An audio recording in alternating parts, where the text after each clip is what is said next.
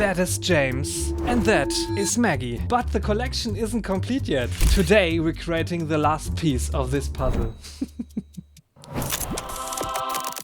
Hi creative people out there, I'm Ben, I'm a digital character artist, and today we're finishing my figure series with a character that I think is really awesome. What I think this series is still missing is an opposite to James and Maggie, like a contrast. Plus, we still don't know how James managed to put the poison into the soup. You will find out in this video too. Let's create Steph, the chef, together. In my opinion, what does the final character need? Of course a chef set, also an item to hold in his hand, otherwise the figure might look a bit boring. He needs an interesting facial expression and a posture that says, "How did that get into my soup?" This is what I meant by contrast.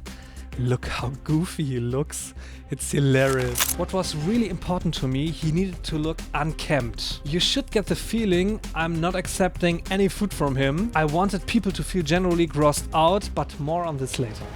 Although I stuck to my drawing, I still added a lot of details. While sculpting, I kept thinking of the actor Christopher Lloyd, who played Uncle Fester in the Addams Family. My drawing didn't look heavy enough to me, so I took the proportions to the extreme. Of course, I know we are portraying an absolute cliché of a chef here, and not every chef looks like this. Please keep that in mind. It was extremely hard to figure out beforehand what exactly makes a character look obviously foolish. For this I focused not only on the facial expressions but also on the posture, crossed arms and awkwardly fitting clothes. Everything about my figures is supposed to tell a smart story, and here I think the arms need to speak a powerful language. He uses them every day to chop meat or vegetables. Lifting heavy pots also shaped the arms over the years, so I made them a bit more muscular. The eye area is highly stylized, just like all the figures in this series. It has nothing to do with normal eyelids, but it gives my figures an incredible amount of expressions.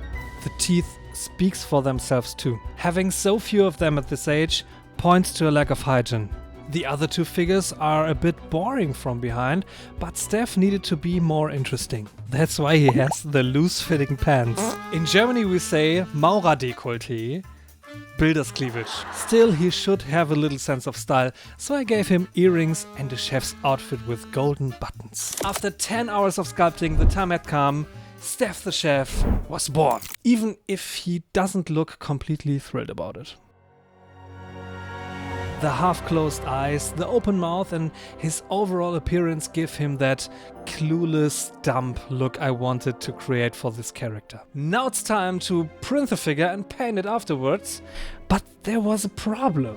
Steph's scale was too large. James is 20 centimeters high including the base, and Steph was only supposed to be slightly taller. But suddenly my print bed was too small. Steph was too wide, and after a bit of experimenting I managed to position and print him without any issues. Personally, I like the moment right after removing the supports the best.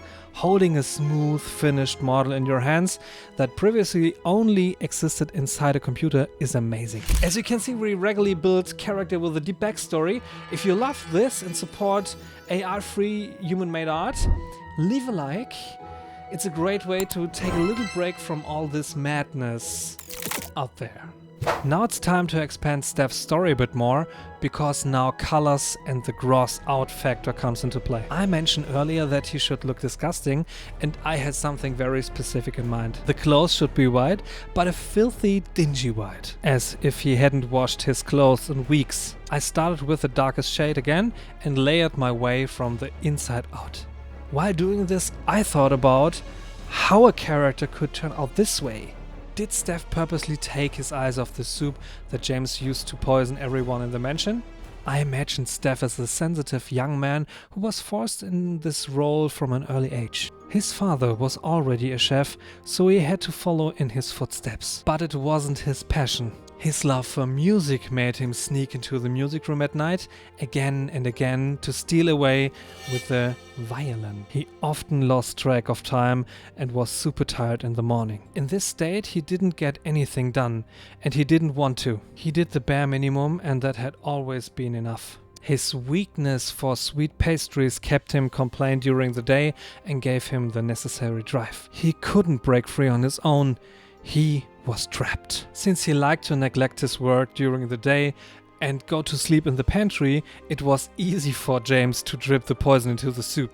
Steph slept and dreamed of a life as a classical musician, and every time he woke up, he knew exactly he would never realize this dream. So Steph isn't stupid.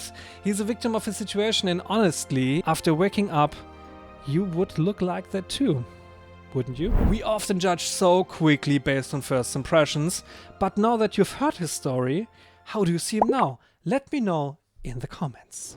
And now, Steph, the chef, is finished.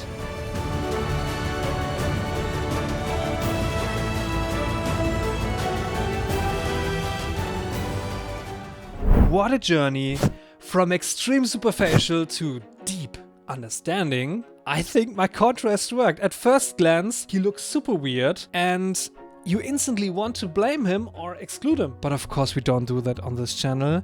Even though dear Steph comes across as a bit clueless, he really grew on me during the process. I'm so happy you joined me again. In 2 weeks we're creating something completely different. You can look forward to something really wild. Feel free to check out my Instagram as well. And of course I'd appreciate it if you supported me by leaving a free subscription now. Stay creative and don't let superficial appearances blind you. This world should stay colorful and diverse. Otherwise, it would be extremely boring. Take a risk in your art or in your life and do not do it like Steph, please. Thank you for your time and see you in the next video.